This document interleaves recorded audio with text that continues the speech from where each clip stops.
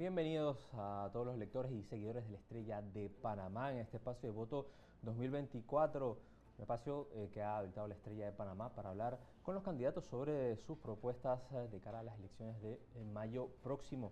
En esta ocasión nos acompaña José Gabriel Carrizo, él es abanderado del Partido Revolucionario Democrático y bueno, el vicepresidente de la República. Bienvenido, señor Carrizo. Muchas gracias, darle gracias a Dios y a la Virgen que nos permiten estos espacios y recordarte que somos la alianza Vamos con Todo, PRD y Molirena. Arranquemos con el tema constitucional. Entiendo que usted no está de acuerdo con hacer una nueva constitución, sino modificar algunos títulos puntuales. ¿Qué modificaría y cómo lo haría? Nosotros entendemos que la ciudadanía reclama que se haga una reforma constitucional en los tres órganos del Estado para evitar prácticas que hemos visto antes y que hemos ido corrigiendo. Por ejemplo, ese presidencialismo que existían en administraciones anteriores que pretendían combatir la corrupción con más corrupción. Algunos vacíos en la Asamblea Nacional de Diputados que le permiten hacer cosas que probablemente la ciudadanía no recibe bien, en debida manera, pero que el vacío permite que se realice. La cantidad de diputados, la forma como los escogemos, por ejemplo, con relación al órgano legislativo. Y con relación al órgano judicial, la garantía de su independencia, presupuestaria, la revisión de la escogencia de los magistrados, que los magistrados y procuradores sean escogidos de la misma manera como esta administración ha escogido a los magistrados, que hemos visto con resultados como la competitividad del país ha ido creciendo producto de una administración de justicia fuerte. Entonces, el mecanismo que nosotros utilizaremos es: el 6 de mayo convocamos al Pacto de Estado por la Justicia y a otros actores de la sociedad para redactar estas tres reformas puntuales a los tres órganos del Estado, conversar con el presidente de la República que nos dé la oportunidad de que pueda convocar sesiones para llevar la asamblea y ya en nuestra administración durante los 6 primeros meses pasar esta reforma con la asamblea entrante y evitaría esa incertidumbre que aleja las inversiones en nuestro país. Ahora, pero en Panamá había experiencias de cambios constitucionales que no han sido traumáticas. Pienso, por ejemplo, en lo que ocurrió en el año 49 con la constitución de ese periodo. Hubo una asamblea constituyente, se eligieron constituyentes. Es decir, en Panamá hay tradición democrática de construir una constitución por esa vía. Yo coincido, pero los escenarios son distintos. A nosotros lo que nos interesa es que a ti te vaya bien. A nosotros lo que nos interesa es que al diario La Estrella le lleguen más pautas publicitarias, que pueda contratar más gente, que tenga capacidad, que nos podamos adaptar de manera rápida a la modernidad del mundo, que podamos pasar con propuestas revolucionarias del tercer mundo al primer mundo. Y nosotros podemos hacerlo. Entonces, no toda la enfermedad está en la Constitución. Hay algunas cosas que generan molestias que nosotros vamos a atender y hay otros títulos en la Constitución que no son requeridos abrir una inestabilidad, por ejemplo, en el título constitucional del Canal de Panamá, para que generar expectativas sobre algo que funciona y que funciona eficientemente. Entonces, las condiciones en las etapas de nuestra vida republicana, en las etapas de nuestra vida democrática son distintas y consideramos nosotros, desde la visión de país que tenemos, que lo más importante es el bienestar, el poder adquisitivo, es decir, que los panameños tengamos plata en el bolsillo y que tengas más tiempo para compartir con tu familia. Otro tema también que preocupa a la población es la cuestión de la Caja de Seguro Social. Le pregunté concretamente, especialmente sobre el tema del sistema de pensiones, el déficit que tiene el sistema solidario. ¿Cuál será su fórmula para atender ese déficit? Lo primero es hacerle entender a la ciudadanía, y hemos venido haciéndolo de manera reiterativa, cuál es el problema. La Caja del Seguro Social es una institución noble en nuestro país que brinda atención y que le da también la garantía a nuestros jubilados y pensionados que puedan cobrar. Es una institución que tiene 14.000 millones de dólares en activos. Es una institución que tiene 3.500 millones de dólares en pasivos y activos corrientes por 5.800 millones. Es decir, es un componente financiero hasta hoy bastante estable. Tiene políticas internas que no permiten que puedas ayudar a un sistema o a un subsistema, y en efecto tienes un déficit en uno de los sistemas de 690, 650, entre 650 y 690 millones de dólares al año. Que si no hacemos algo como panameños, ese déficit puede ir consumiendo esas finanzas públicas que sería hoy en día pasar son de un fondo estables. De un programa a otro. No, la propuesta nuestra, para serte específico, es inyectarle 3.000 millones de dólares a la Caja del Seguro Social con el compromiso de que ningún jubilado gane menos de 350 dólares, que podamos estabilizar ese déficit por alrededor de 24 meses y darnos la oportunidad como panameños en esos 24 meses de sentarnos a hablar temas en las que hoy en día hay posiciones muy extremas. ¿De dónde saldrían esos 3 Para allá voy. La condición de nosotros hacer el esfuerzo financiero de poner 3.000 millones de dólares te da la garantía de que la condición nuestra es que no vas a aumentar ni paramétricas y vas a tener la certeza y la seguridad de que nuestros jubilados reciban sus jubilaciones y sus pensiones y que ningún jubilado tenga menos de 350 dólares mensuales. Nosotros hemos planteado la alternativa de consultarle a la ciudadanía, por ejemplo, qué quiere hacer con sus recursos naturales, específicamente con el recurso natural del cobre. La condición financiera que eso nos daría a nosotros, evitando los laudos arbitrales que en este momento Panamá se va a someter, estaríamos hablando de cifras importantes que no están contemplados dentro del ejercicio presupuestario de los próximos años. Es decir, por el cálculo sería que los 3.000 dólares, 3.000 millones saldrían de la industria minera. Esa es la primera opción. Estaría planteando volver a explotar, digamos, la mina de Donoso. Lo que estamos planteando es la consulta popular sobre qué hacer con un espacio físico que es un riesgo ambiental para el país y que le cuesta al país alrededor de 800 millones de dólares mantenerlo. Laudos arbitrales por más de 20.000 millones de dólares. Entonces yo creo que la ciudadanía tiene, el pueblo, y como yo lo llamo el soberano, el derecho de decidir qué es lo que quiere hacer con sus recursos. Y la propuesta nuestra es que esos recursos pueden beneficiar a todos los panameños. Pero hay otra fuente, porque eso colocaría, digamos, en un espacio que no controla todo el presidente. La Corte se pronunció. ¿Y qué pasa si la gente, por ejemplo, está en desacuerdo? El modelo público sería totalmente distinto. El modelo público sería un modelo público social, económico, como el planteado por el doctor Pérez Valladares, en donde le permitiría al Estado tener una participación y donde el Estado tuviera mayor capacidad financiera. Pero antes del tema de la cuestión minera, no me queda muy claro, o sea, que los 3.000 dólares, o sea, el cálculo es que salgan de... 3.000 millones. 3.000 millones salgan de la explotación de la mina de Donoso. Bueno, no solamente de la explotación, sino que tú tienes allí, se conocen como stockpiles, ya sacado más de 250 millones de dólares en material que tienes que ver con los planes que están haciendo, qué vas a hacer con eso. Y la potencialidad que tiene el precio del cobre en subir. Es decir, hay alternativas que el soberano, el pueblo, debe ser consultado.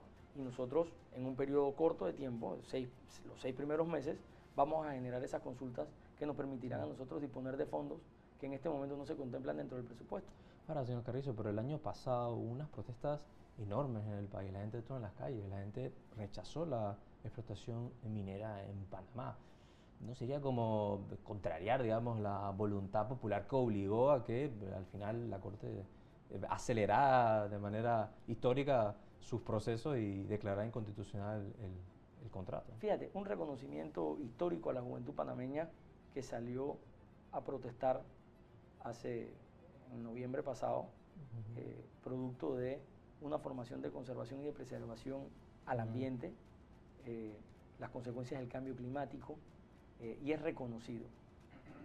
Pero lo cierto también es que esas protestas fueron a 7 meses de una elección.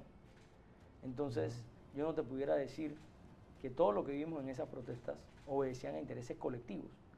También habían intereses personales. Y yo estoy seguro que con esa juventud nosotros vamos a llegar a entendimientos precisamente para preservar nuestra naturaleza, para preservar nuestro ambiente con políticas públicas en beneficio de esa nueva generación, aislando a quienes colocan sus intereses personales por encima de los intereses colectivos. Y yo no tengo el menor reparo de que la ciudadanía y el pueblo panameño esto lo entiende perfectamente. Volviendo al tema de la Caja de Seguro Social, usted habla de establecer una mesa, digamos, para dialogar sobre el futuro de la Caja, pero tenemos 19 años estableciendo mesas y han sido un fracaso de todas estas. Al final no han dado resultados. ¿Por qué estaba resultados? No todas las mesas han fracasado.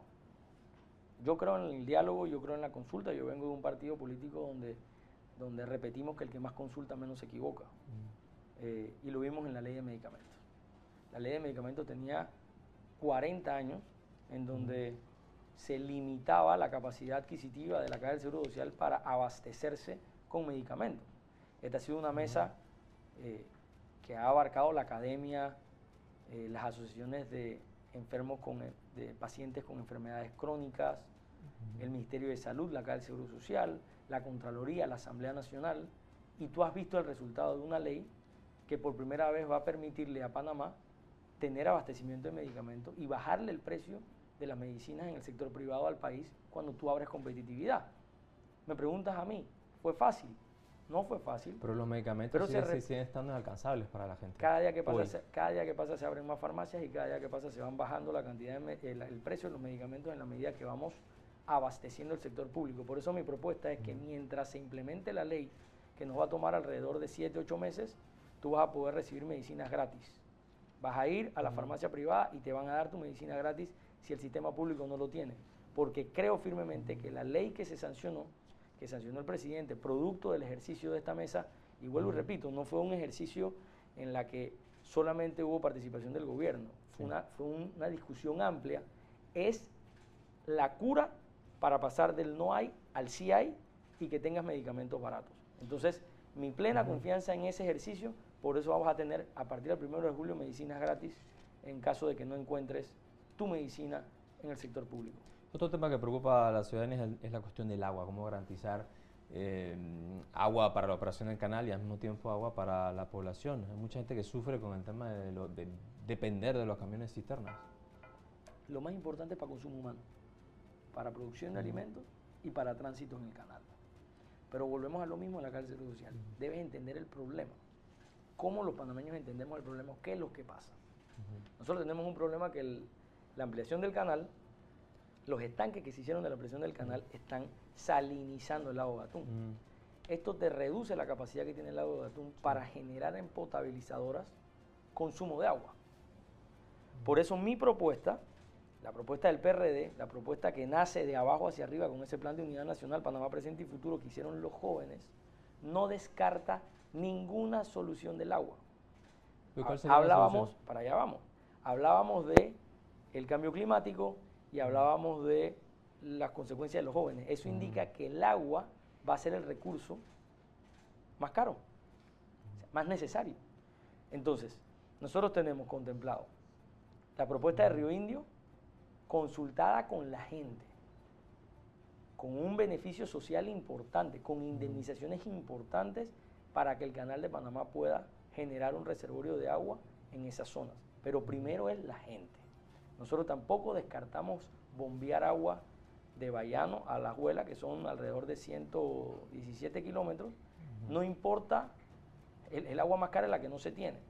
Nosotros también tenemos un programa agresivo para evitar que se pierda agua dulce al mar a través de 1.200 kilómetros de línea de agua dulce para redistribuirle las potabilizadoras para que puedan dar agua potable a nuestra gente. Nosotros no descartamos la construcción de riegos de Tonosí y de riegos de Macaracas. Nosotros no descartamos tampoco los ecoconductores inteligentes, que son medidas innovadoras que precisamente vamos a requerir de los jóvenes para implementar estas políticas públicas, porque el problema, gracias a Dios, en Panamá no es la falta de agua, es la administración. Y en efecto, estoy de acuerdo contigo en eliminar el negociado que tienen algunos con relación a los tanques cisternas. Ahora, efectivamente, el censo de Panamá de 2023 estableció que el 94% de la población tiene acceso a agua. Es decir, la cuestión no es que la gente no tenga el grifo para recibir el agua, sino es la frecuencia que hay y la calidad del agua. Por eso te ¿Cómo decía, va a atacar el tema de la frecuencia? Por eso te decía, el problema de Panamá no es la falta de agua, sino la administración de nuestro recurso hídrico. Porque, por ejemplo, en Tonosí, Tú tienes una sequía en Tonosí impresionante ahora en verano, pero en invierno tienes unas inundaciones enormes.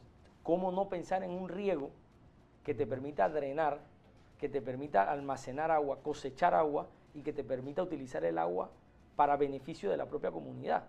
Precisamente para garantizar esa frecuencia de la que tú hablas, para que en sequía tú puedas tener agua potable en tu casa, pero que en el invierno no tengas inundaciones.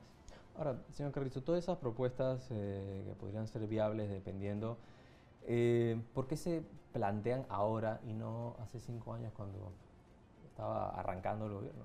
Sí, hombre, nosotros recibimos un país... 5 años para poder elaborar esas propuestas. El presidente recibió un país con condiciones financieras muy críticas, que en 6 meses vimos con optimismo cómo fuimos creciendo, por ejemplo, en los ingresos corrientes que aumentaron el 11%, y nos cayó una pandemia.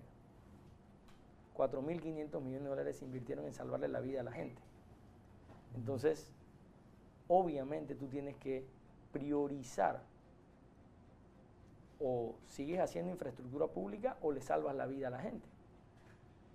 Y esta administración va a ser una administración que no va a poder comparar con ninguna otra por los retos y desafíos con los que nosotros hemos enfrentado esas crisis, y fíjate en la manera como nosotros hemos salido y cómo nos van a entregar a nosotros el gobierno, Dios primero, en unas condiciones mucho más favorables que como las que él recibió, a pesar de que el presidente Cortizo haya tenido que atender condiciones que las administraciones pasadas ni en sombra pudieron atender.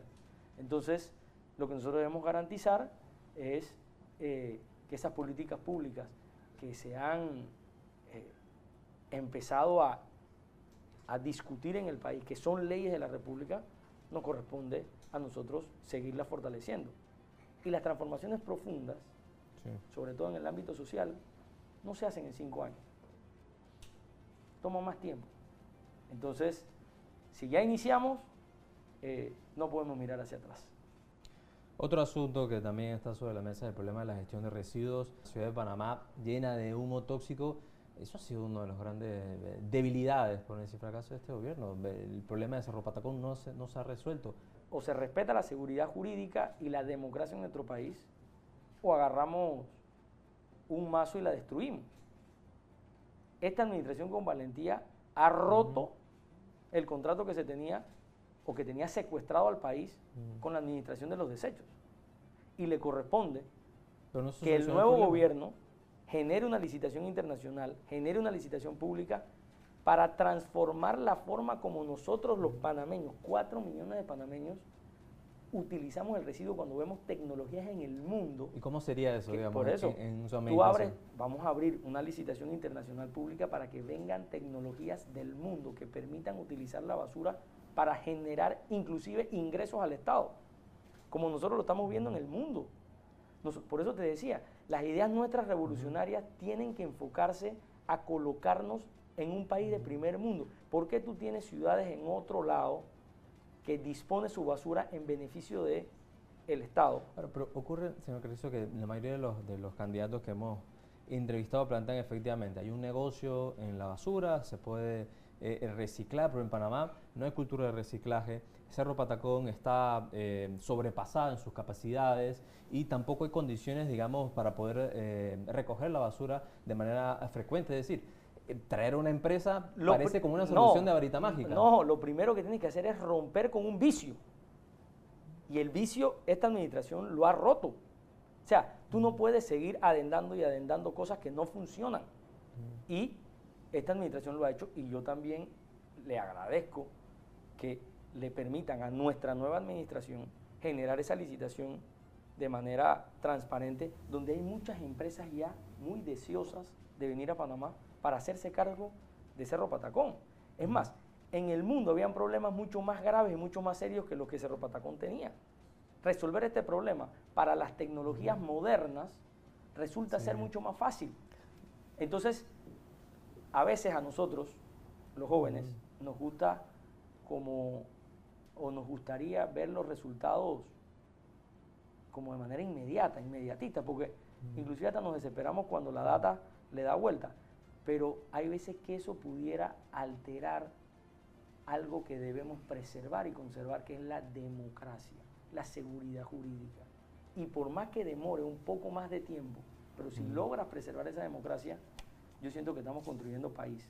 Yo soy del pensar, y permíteme periodista, de que nosotros tenemos toda la capacidad de unirnos como panameños para ver soluciones que no nos alejen más.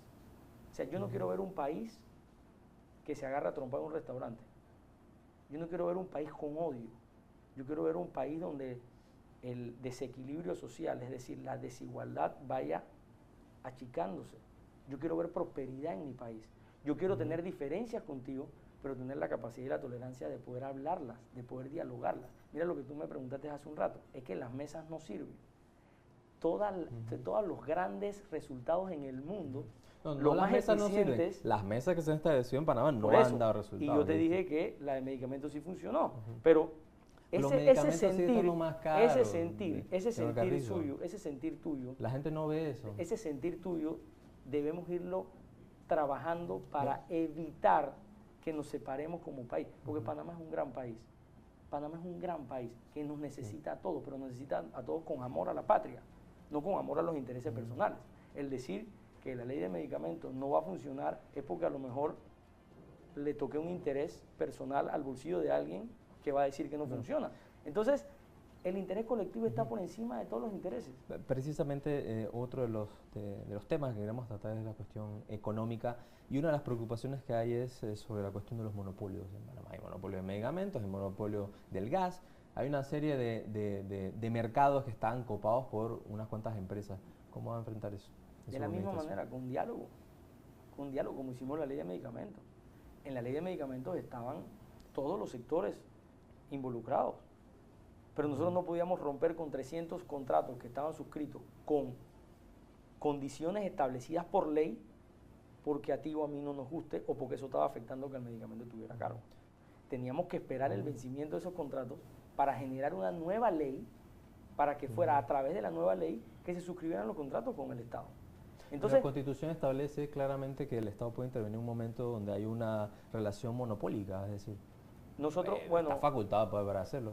Incluso la historia acompañaría al Partido Revolucionario Democrático. El propio Omar Torrijos rompió monopolios privados y intervino en empresas públicas. Tú estás dando como cierto el hecho de que exista monopolio.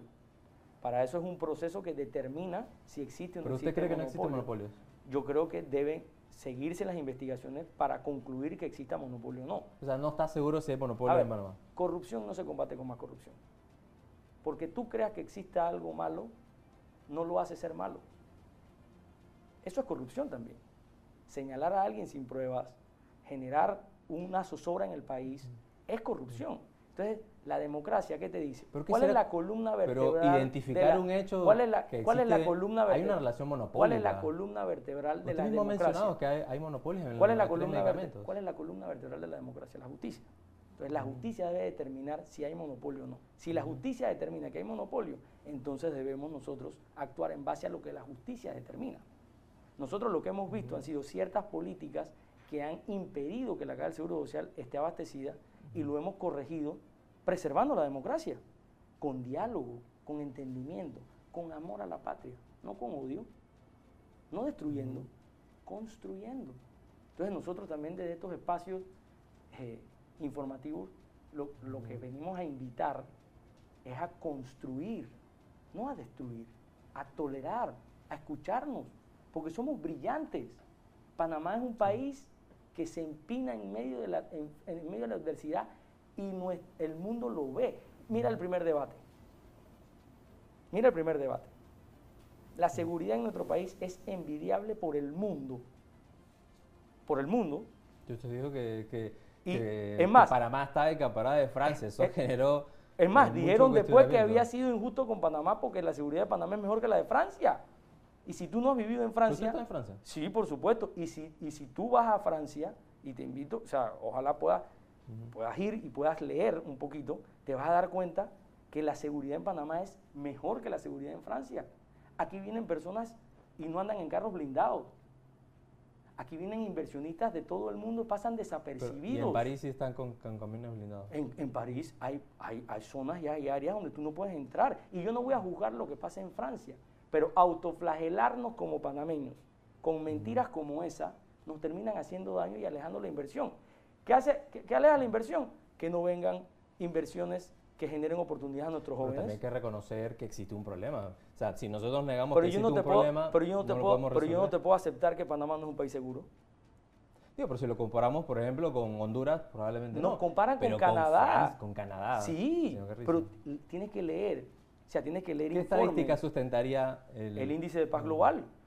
Míralo, búscalo. Está en las plataformas. No lo estoy inventando yo. Y eso es lo que te digo. La calificación nuestra interna es autoflagelada. La calificación del mundo es que Panamá es un país extraordinario. ¿Por qué autoflagelarnos? Que tenemos que seguir luchando contra el crimen organizado, contra el narcotráfico de manera directa, contra la corrupción. Sí. Vamos a seguir haciéndolo, pero no nos autoflagelemos porque nos hacemos daño. Quisiera retomar el tema económico, fundamentalmente con la cuestión de los sectores de la economía que apostaría a su administración. ¿Cuáles serían esos? Sin duda, el sector agropecuario, que hace 4 años estaba destruido.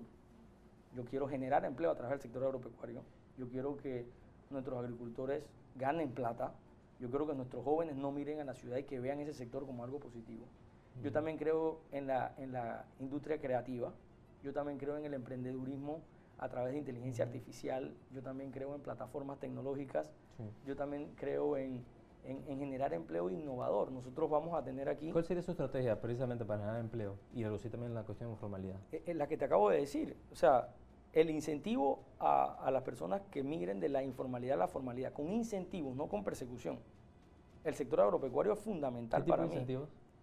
De toda naturaleza, no ¿Cómo descarto cuáles? ninguno, fiscales, laborales. Nosotros debemos ir migrando de la informalidad a la formalidad como lo hemos venido haciendo. El sector agropecuario no es menor cosa, la industria creativa tampoco, y el tema de la inteligencia artificial para la necesidad de recursos humanos que vamos a requerir cuando las industrias de fabricación de semiconductores se instalen en Panamá.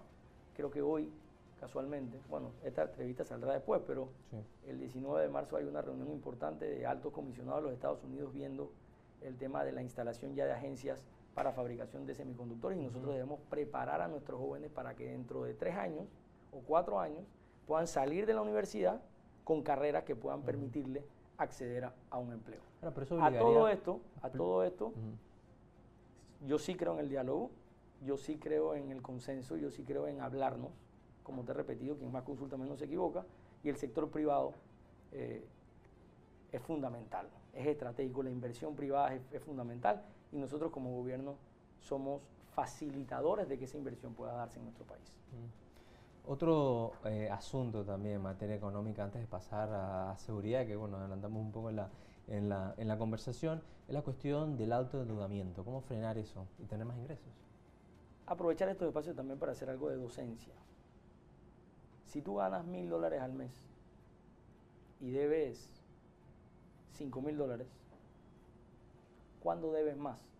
Si ganas $5,000 al mes y debes $10,000. ¿Cuándo debes más?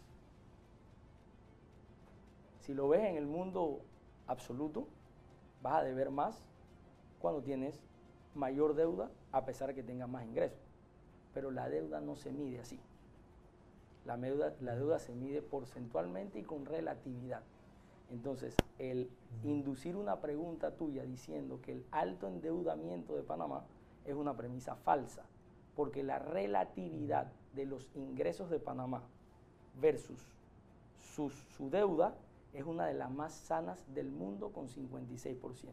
Hay países que tienen relación deuda-PIB de 150%. Pero el tema Panamá no la está en discusión mantiene- la capacidad de crédito de Panamá, sino es cómo se está utilizando esa deuda. Más allá, No, puede pero- haber autoendeudamiento, no, pero pero- esa deuda se invierte en algo Pero esa no fue la que pregunta genere que a producción. lo mejor replanteas la pregunta y te la contesto, pero la pregunta que me empezaste a hacer fue ¿qué va a hacer con el gran endeudamiento que Panamá tiene? Y yo tengo que decirte que O eso sea, es ¿usted no falso. considera que haya autoendeudamiento en La Panamá? relación deuda-PIB de Panamá es una de las más sanas. No lo dice Gaby Carrizo, no lo estoy diciendo yo. Vuelvo y digo, yo te invito a que leas los reportes financieros del mundo, no, si no quieres los del MEF o de Contraloría, sino los del mundo, para que te des cuenta que Panamá tiene una relación deuda-PIB saludable, sana. Es decir, nuestra capacidad de endeudamiento está en un 56%. Eso no es un gran endeudamiento. Ahora, pero más allá de la cuestión de la deuda, ¿cómo va a generar más ingresos? Porque no se puede gobernar a punta de deuda. Tenemos ingresos, pero es que no estamos gobernando a punta de deuda. Te estamos diciendo que hoy en día tú tienes un Producto Interno Bruto de 85.000 millones de dólares y acaban de reflejarte la cifra de crecimiento del año pasado que fue de 7.3% a pesar de la crisis de noviembre. Es decir, tú agarras a Panamá y, por ejemplo, nosotros queremos sacar a flote a Panamá y por más que existan intereses que pretendan hundirlo, Panamá sale a flote, abriendo la inversión con mayores oportunidades. Sí. Ir cerrando las incertidumbres con mayores seguridades te van a generar más empleo.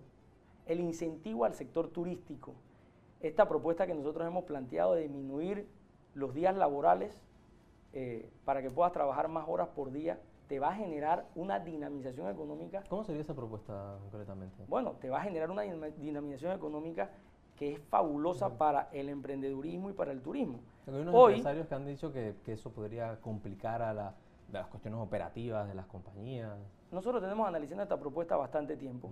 A ellos con mucho gusto nos sentamos con ellos para explicarles todos los beneficios y todas las bondades cuyas proyecciones a nosotros nos indican que incrementaría el Producto Interno Bruto en 3% por la dinamización de la economía. Para tenerlo claro, serían 4 días y en esos 4 días la gente trabajaría 10 horas. 10 horas. O sea, por ejemplo... Eso debería cambiar la Constitución. Bueno, acuérdate que hablamos hace un rato de una consulta popular. Y lo otro que quisiera preguntarle... Pero déjame terminar porque se queda la idea.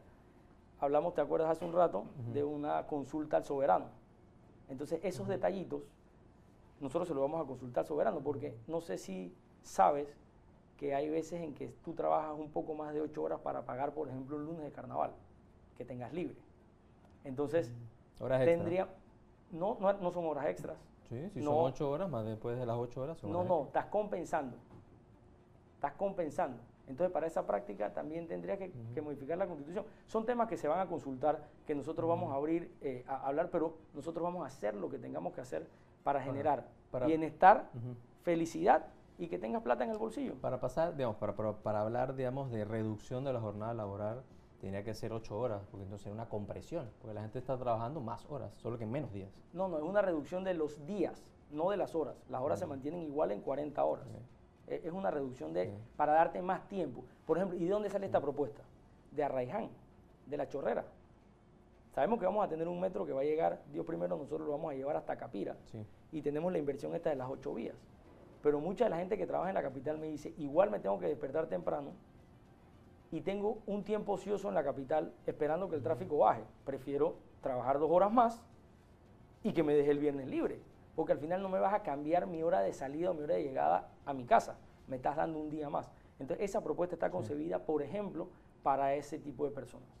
En materia de transparencia, señor Carrizo, ¿qué métodos específicos de consulta pública va a tener para implementar, digamos, que acompañe a la ciudadanía a sus propuestas? De consulta pública, yo creo que no entiendo. Lo que nosotros vamos a hacer es a seguir con el proceso de digitalización para evitar la discrecionalidad del funcionario público. Eso va a hacer que las empresas también sean más eficientes. ¿Cómo va a incorporar, digamos, a la población a la toma de decisiones para que sea más transparente? A la fiscalización. Nosotros vamos a digitalizar procesos. Esa digitalización de procesos también, este es un paréntesis, también nos ayudaría mucho a que la empresa privada pueda ser más eficiente, y al ser más eficiente tiene mayor capacidad adquisitiva y tiene mayor ganancia. Nosotros vamos a fortalecer mucho el poder popular que son nuestros representantes y nuestros alcaldes. Nosotros vamos a llegar a las comunidades a entregarle frente a la comunidad recursos importantes para que hagan obras determinadas. Déjame terminar, me pregunta, déjame terminar. Yo sé que tiene, pero si me dejas concluir la idea te lo agradezco. Adelante. Poder popular para que ellos puedan hacer obras y sea la propia gente que fiscalice qué se hace con el recurso. Ese es un modelo público concebido desde 1972 por el Partido Revolucionario Democrático que nosotros vamos a fortalecer. Y sin duda alguna, el apoyo irrestricto a la columna vertebral de la democracia, que es la justicia. Es independencia de la justicia, es independencia presupuestaria, es independencia a su tarea, a su labor. Eso es fundamental para nosotros. Ahora, ha habido mucho cuestionamiento sobre cómo se han administrado los fondos en los gobiernos locales, que estos se han hecho a través de malos manejos, e incluso se habla de que fuera de los mecanismos de descentralización. ¿cómo en su administración, digamos, va a evitar que ocurran ese tipo de cosas? Las grandes cosas que tú ves, la mayoría de las cosas son falsas. Si tú tienes una justicia fuerte, ¿Por qué es falso? todas esas mentiras que pegan. ¿Cuál de Es todas? más, por ejemplo, tú que me has dicho varias, me has dicho que la seguridad de Panamá no es mejor que la de Francia, me has dicho a mí que estamos endeudados más de la cuenta, o sea, todas esas mentiras van generando desinformación. Esa es la visión oficial en todo No, caso, esa ¿no? no es la visión real. Una cosa es la percepción, otra cosa es la realidad. Y tú como periodista y yo como funcionario debemos hablar con realidades, no con percepciones. Entonces, si tú tienes una justicia fuerte que fiscaliza, por ejemplo, programas como la descentralización, que desde ya yo le digo a los representantes y a los alcaldes que me están viendo, que 200 millones de dólares entre 700 juntas comunales te hacen 285 mil dólares, es poca plata para resolver sus problemas. Yo voy a destinar más fondos para eso. Pero tú generas una satanización a un poder popular que es quien conoce y sufre el problema de la comunidad para tratar de dañar políticamente una candidatura o a un partido político. Yo creo que ahí nuevamente el interés personal se coloca por encima del interés colectivo. Y nuestro propósito es que el interés colectivo está por encima de cualquier interés. En materia de seguridad, ¿cómo ve el tema de la narcopolítica? Que bueno, que es una preocupación también está presente en el electorado y en la gente, digamos, para enfrentar esta penetración del crimen organizado en la política. Lucha frontal en el fortalecimiento de la justicia, en el fortalecimiento de las investigaciones, más presupuesto para la Procuraduría. El narcotráfico es un mal y el crimen organizado es un mal mundial que no solamente está inmerso en el gobierno, está inmerso en la empresa privada, está inmerso en la policía, y es una lucha permanente. Por ejemplo, esta administración ha roto récord en incautación de droga, alrededor de 250 toneladas. Administraciones anteriores solamente no llegaban ni a 15 toneladas al año. Entonces, las tasas de homicidio estaban en 22 por cada 100.000, hoy están en 11 por cada 100.000. Es decir, que esa lucha nosotros debemos mantenerla firmemente, dándole independencia y capacidad presupuestaria a nuestros agentes de investigación y a nuestra justicia. Y no importa de dónde venga, la ley es aplicable para todos. Antes de entrar ya en la parte final de la entrevista, también tengo unas preguntas personales, tenemos también otros candidatos, pero nos conteste usted. Usted tiene una propuesta sobre los cierres y la ley anticierre. Quiero que nos explique un poco más en qué consiste eso. Fíjate, es ver el lado humano. Yo creo mucho en la interconectividad y en la redundancia vial. Y una de mis propuestas va a ser generar inversiones para que eso se haga. Pero tu libertad llega y tu derecho llega hasta donde afectas el tercero. ¿Cómo tú concibes, por ejemplo, que una persona que tiene que hacerse un examen o un tratamiento de quimioterapia en un día, por una insatisfacción tuya, no permitas que ese paciente atienda esa cita que le puede inclusive ser determinante si vive o muere? Entonces el planteamiento nuestro es incorporar dentro de la norma penal que comportamientos como estos puedan ser judicializados para evitar que esa persona enferma de cáncer... O sea, cerrar la calle sería un delito penal. Cerrar la calle por un tiempo determinado sin justificación sería... ¿Y quién determinaría la justificación de un cierre, digamos, legal y un cierre ilegal? No hay justificación para cerrar una arteria principal. Pero la gente pero sale a protestar porque no tiene agua, no tiene... Sí, estamos de acuerdo, pero por ejemplo, tú puedes protestar que no tengas agua o que no tengas medicamentos en un área como la Cinta Costera 3. Sí, pero señor Creso, te hablé de redundancia. Pero en este país, pero vuelves a interrumpirme. Las manifestaciones... tú te quedas aquí, dame chance a mí que el que se va soy yo. Para cerrar por ejemplo, y le la palabra una vez. Tú tienes, por ejemplo, lugares donde protestar. En Washington tú tienes protestas diarias. Al frente de la Casa Blanca tú tienes protestas diarias. Bueno, en París también han protestado en la calle. Por eso, pero eso no impide al tránsito. Tú puedes protestar, por ejemplo, vamos a hablar de los jóvenes. Mira, los jóvenes... Las protestas son una medida de presión. Déjame terminar. Si la gente está en la acera, es poco probable de que la gente Dale. encerrar escucho. encerrar El la que idea. más consulta menos se equivoca. Encerrar la idea y para que me pueda responder, le doy la palabra inmediatamente. La gente cierra la calle porque no tiene respuesta a las autoridades. O sea, no es porque la gente vaya a hacer deporte por cerrar la calle. Entonces yo le pregunto porque en este país hay muchos problemas incluso heredados de otras administraciones, no solamente por la que está administrando usted en este momento. Esos problemas, esos cierre de calles, todos los años hay cientos, por día hay decenas. Entonces, ¿cómo va a aplicar esa norma cuando la gente cierra la calle todo el tiempo? ¿Ya? Sí, adelante. Ok. Vamos a la protesta en noviembre. ¿Qué daño hicieron los jóvenes protestando en Calle 50 o en Cinta Costera? Ninguno. Protestaron. Cerraron algunas avenidas. Cerraron algunas avenidas. Pero, si me permites, déjame terminar la idea, para que me puedas entender, porque me quiero explicar bien para que tú te lleves y puedas transmitir lo que yo te quiero decir. Los jóvenes caminaron por Calle 50, por la Cinta Costera.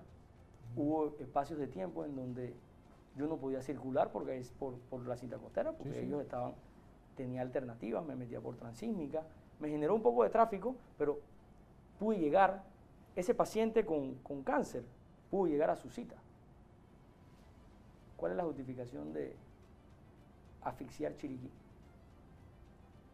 Pero entonces, hay protestas buenas, protestas malas.